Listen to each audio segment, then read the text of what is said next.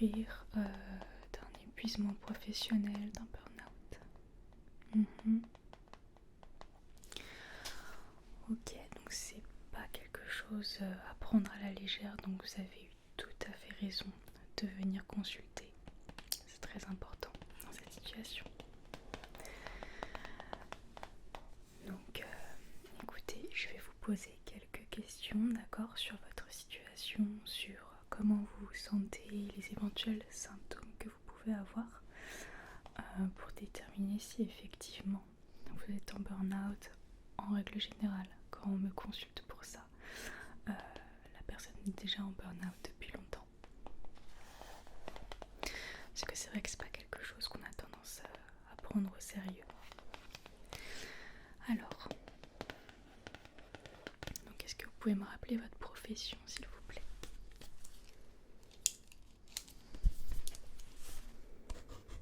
D'accord.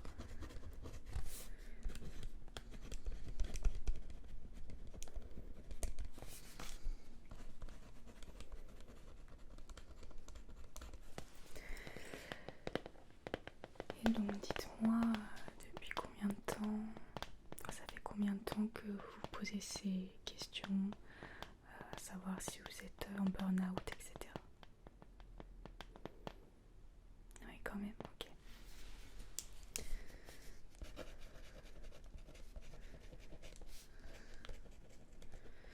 Ok.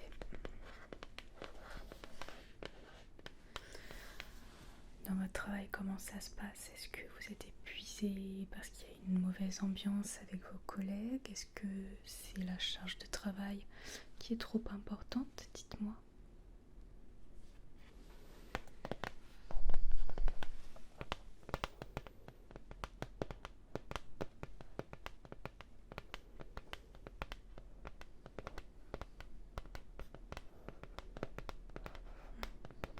Ok.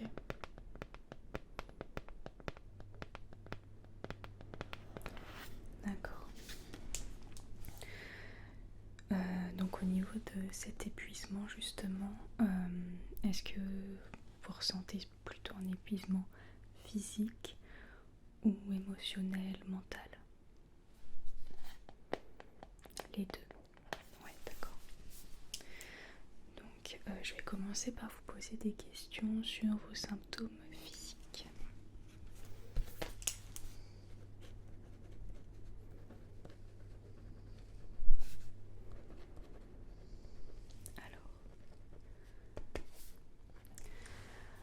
Alors, tout d'abord, est-ce que vous ressentez des douleurs articulaires que vous n'aviez pas avant? D'accord. Est-ce que vous ressentez, est-ce que vous avez mal au dos, que ce soit dans le bas du dos, au niveau cervical?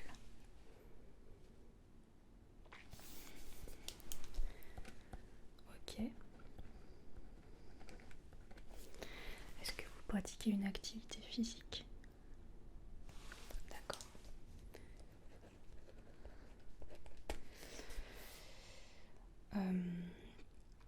Ensuite, est-ce que au niveau de votre peau ou cuir chevelu, vous avez constaté des changements, de l'eczéma, des démangeaisons, des sécheresses?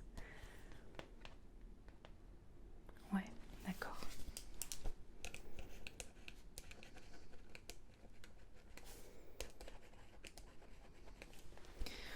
Au niveau de votre appétit, comment est-ce qu'il se manifeste depuis que vous êtes dans cet état? Est-ce que votre appétit a augmenté? Est-ce que vous avez pris du poids? Ou est-ce que au contraire votre appétit a diminué ou votre appétit reste inchangé? Ça dépend. Est-ce que globalement vous avez pris ou perdu du poids? D'accord.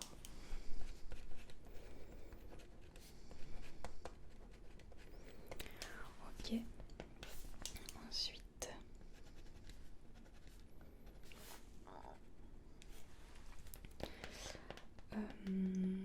est-ce que vous, au niveau du stress, est-ce que celui-ci s'exprime via une boule au ventre, une pression au niveau de la poitrine, une pression pression dans la gorge,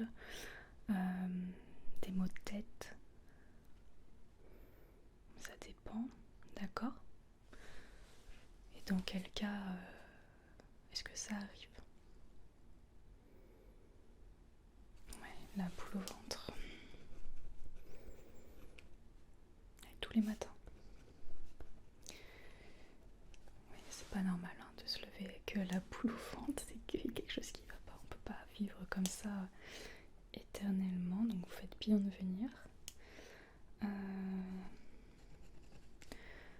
Sentiment de pression dans la poitrine. Okay. Boule dans la gorge.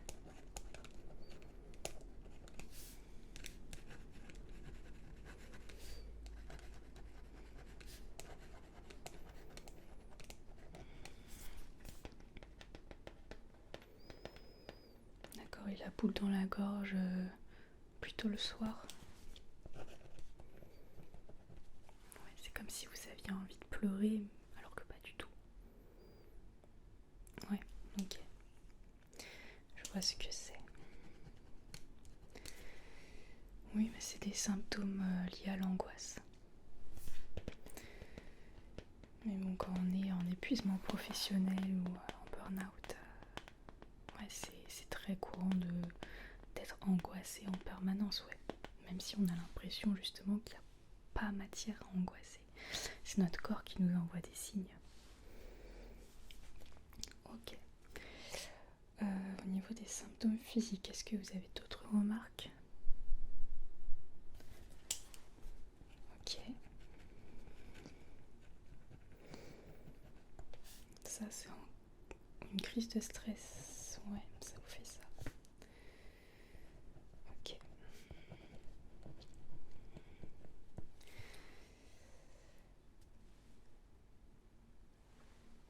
Ok, au niveau du visage, je regarderai. Je le note.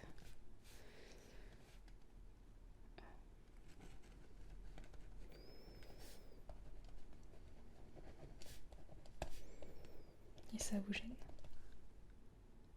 D'accord, mais c'était pas là avant. On regardera ça. Oui, peut-être que ça n'a rien à voir, mais ça peut tout à fait être lié en général en burn-out. On peut avoir des symptômes au-delà de l'angoisse, on peut avoir des symptômes physiques assez bizarres, inexpliqués justement, qui sont liés à ça. Donc l'appétit, je vous ai demandé. Et au niveau du sommeil, voilà. Au niveau du sommeil, est-ce que celui-ci a changé? Est-ce que vous dormez bien, pas bien, comme d'habitude?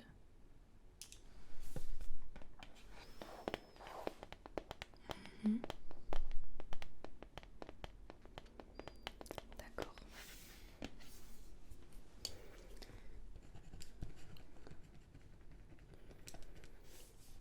Vous avez beaucoup de mal à vous endormir, ça tourne dans votre tête, ouais.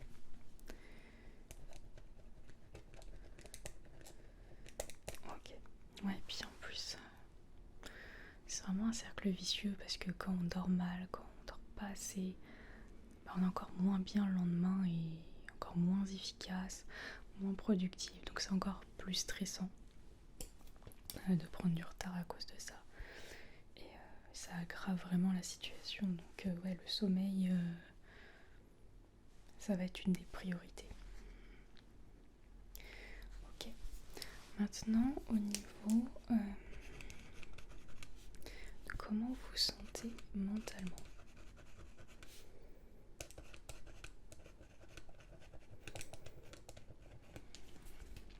Donc oui, vous m'avez dit que vous avez pas mal de symptômes physiques d'angoisse comme la sensation de stress, boule au ventre, etc.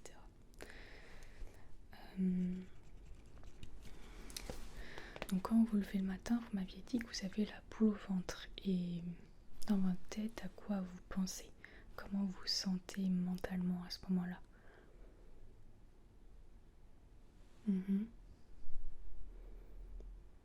Ouais, l'impression que vous n'allez pas y arriver.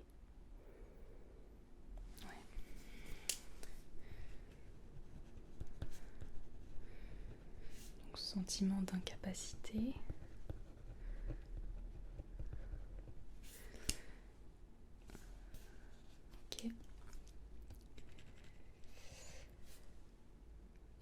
ensuite au travail, quand vous devez faire votre travail tout simplement, comment ça se passe? Est-ce que vous arrivez quand même à faire quelque chose? Votre niveau de productivité a chuté. Ouais. D'accord.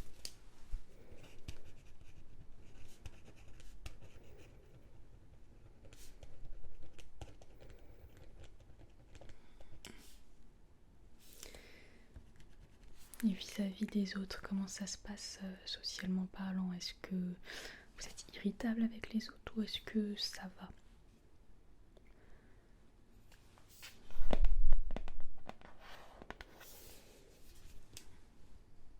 Ok.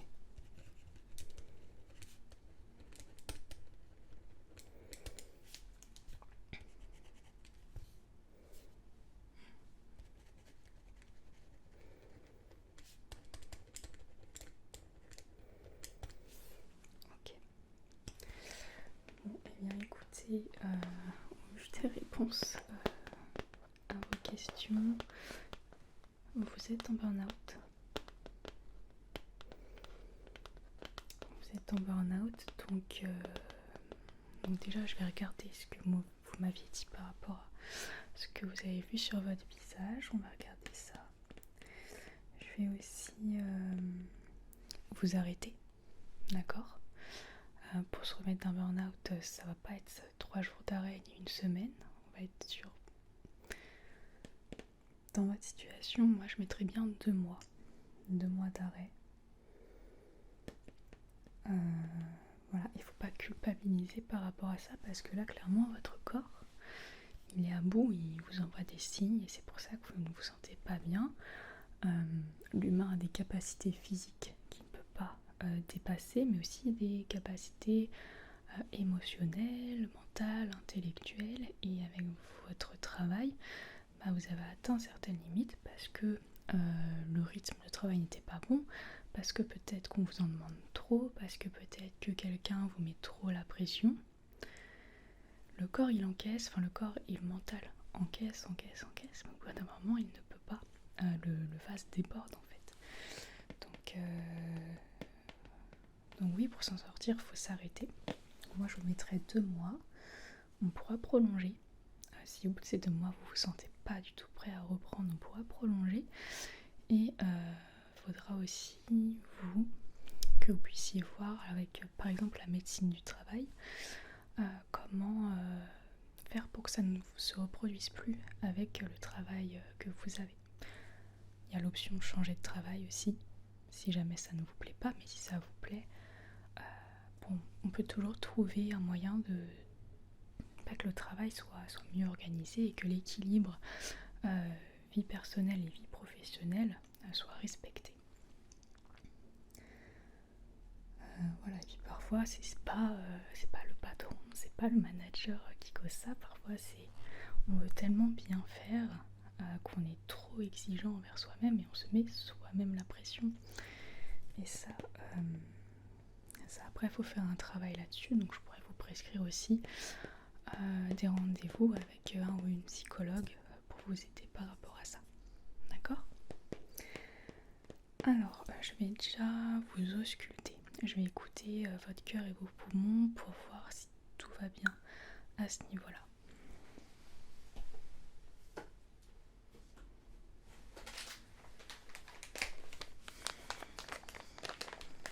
Bon, avant de vous ausculter, je mets les gants bien entendu.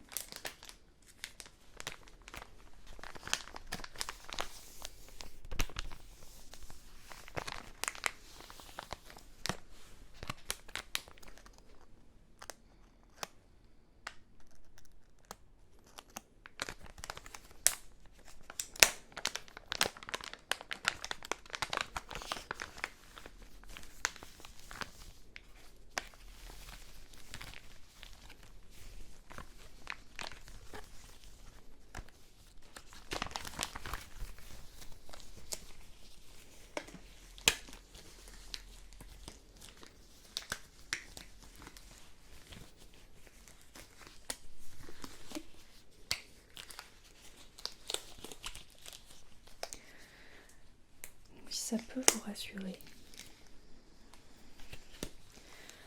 je vais vous délivrer donc un arrêt après ce rendez-vous. Ça veut dire que dès demain, vous ne travaillez pas.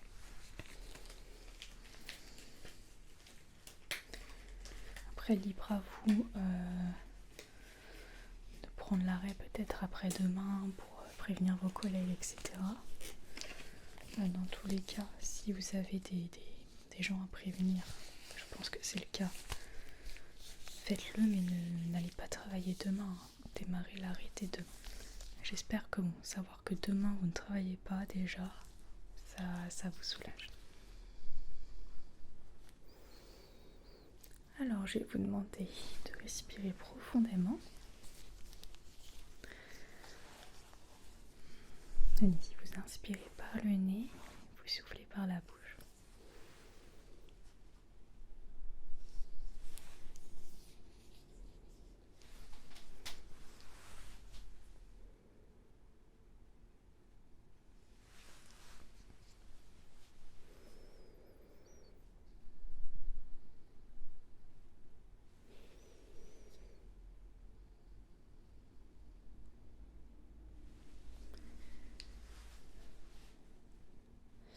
Déjà savoir que vous ne travaillez pas demain, qu'est-ce que ça vous fait?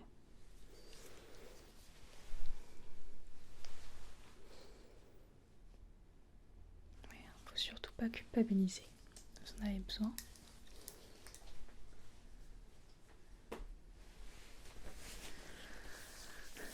Alors, maintenant je vais regarder au niveau de votre visage.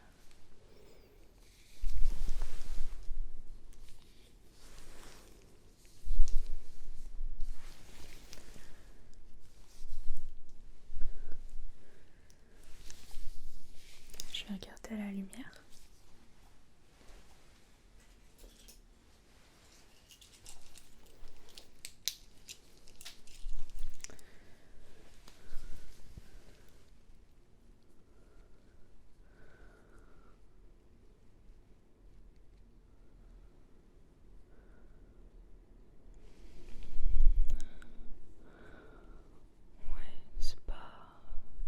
C'est pas méchant, c'est un petit kyste.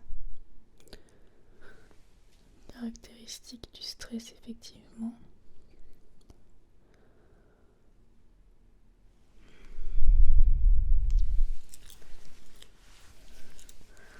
Je vais appuyer dessus. Normalement, ça devrait pas faire mal.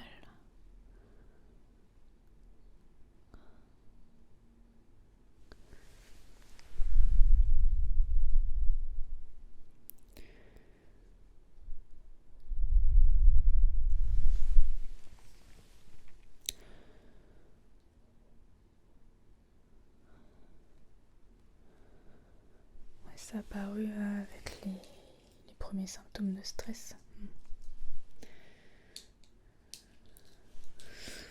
Oui, alors c'est un petit kyste, rien de méchant. Je vous prescrirai une crème à aller chercher en pharmacie. Et sinon, pour que ça partira en une semaine. Donc si vous appliquez la crème, et en plus que vous appliquiez des cotons chauffés à l'eau chaude dessus. Et ensuite que vous fassiez un massage avec la crème, et puis ça, le liquide va partir comme ça en fait.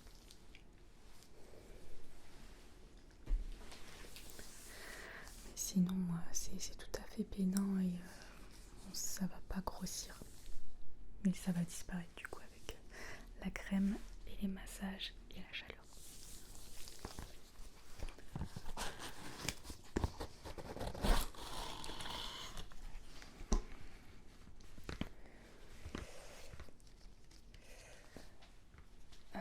Je vais vous prescrire aussi des huiles relaxantes pour les moments où vous serez stressé, parce que voilà, c'est pas parce que demain vous ne travaillez pas que vous ne ressentirez plus d'angoisse. Ça s'arrêtera pas du jour au lendemain malheureusement, mais ça va s'estomper justement au fil des jours. Et l'objectif c'est qu'elles disparaissent totalement. Donc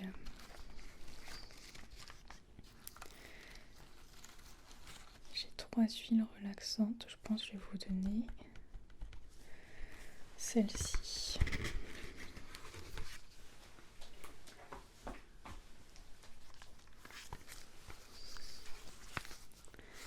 Alors,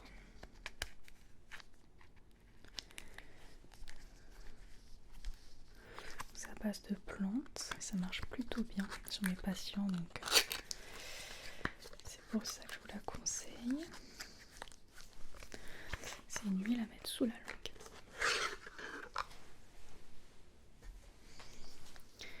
Donc c'est une huile qui va vous aider à produire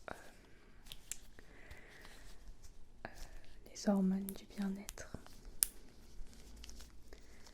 Donc ça va atténuer le stress.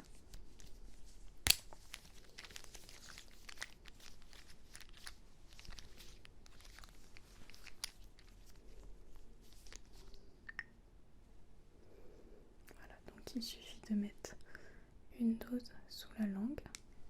Ça, j'en ai mis à côté.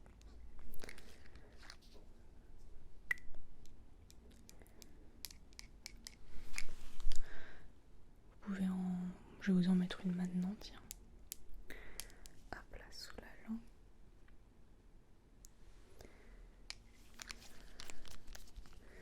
Ok. Je mettrai ça sur l'ordonnance aussi. Alors après, c'est pas remboursé ça. Parce que c'est pas un médicament.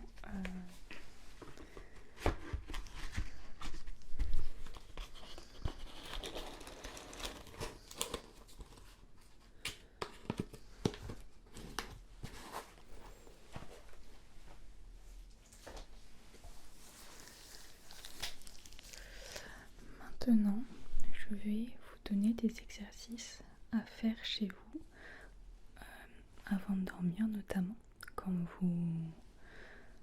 votre cerveau tourne en boucle et que ça vous empêche de vous endormir, et aussi au moindre moment d'angoisse, à la moindre migraine, à la moindre boule au ventre, d'accord. Un exercice à faire de cohérence cardiaque. La cohérence cardiaque, c'est formidable pour activer le système sympathique ou parasympathique. Donc ça peut être quelque chose de stimulant, par exemple avant un effort physique, ou au contraire quelque chose de relaxant lorsque justement on veut faire baisser la pression, baisser le stress, ralentir le rythme cardiaque. Alors, cet exercice justement pour ralentir le rythme cardiaque, baisser la pression artérielle, etc. Ça va être... alors je vous conseille de le faire allonger les mains sur le ventre. Ça va être de prendre une inspiration par le nez qui dure 3 secondes. Et ensuite d'expirer par la bouche en aspirant le nombril.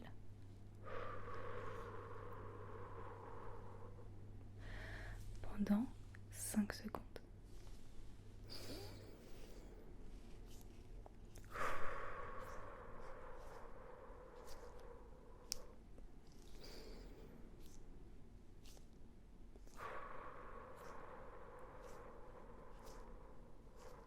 Ok.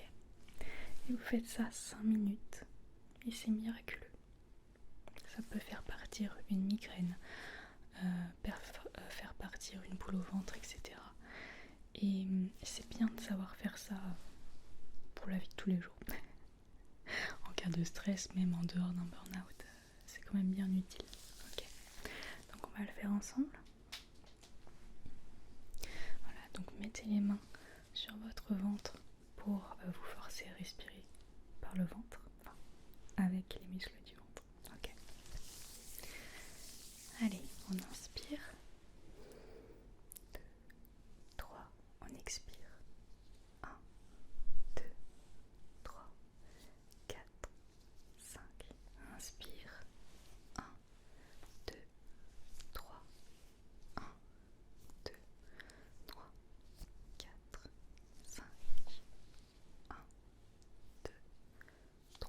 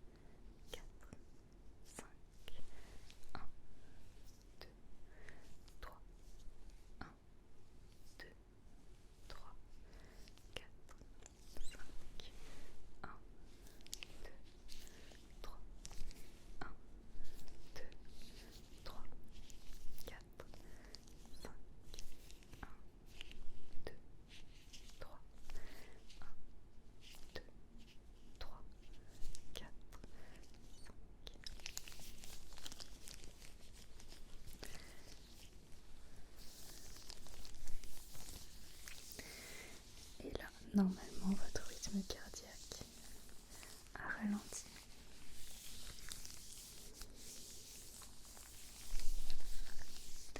Voilà, donc vraiment retenez ce tempo de respiration. Faites ça allongé sur votre canapé, dans votre lit, peu importe. Pensez à respirer avec les muscles du ventre. Et ensuite vous vous sentirez beaucoup mieux et beaucoup plus relaxé. Et le fait de se concentrer sur le fait de compter sa respiration avant de dormir, ça aide aussi à verrouiller le cerveau pour pas qu'il parte dans tous les sens. Voilà.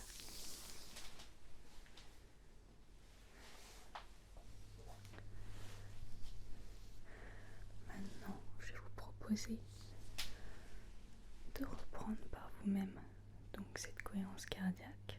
3 secondes d'inspiration, 5 secondes d'expiration. Pendant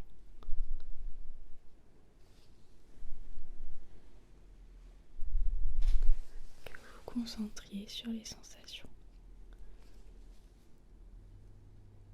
Si quelqu'un à la maison peut vous faire des massages ou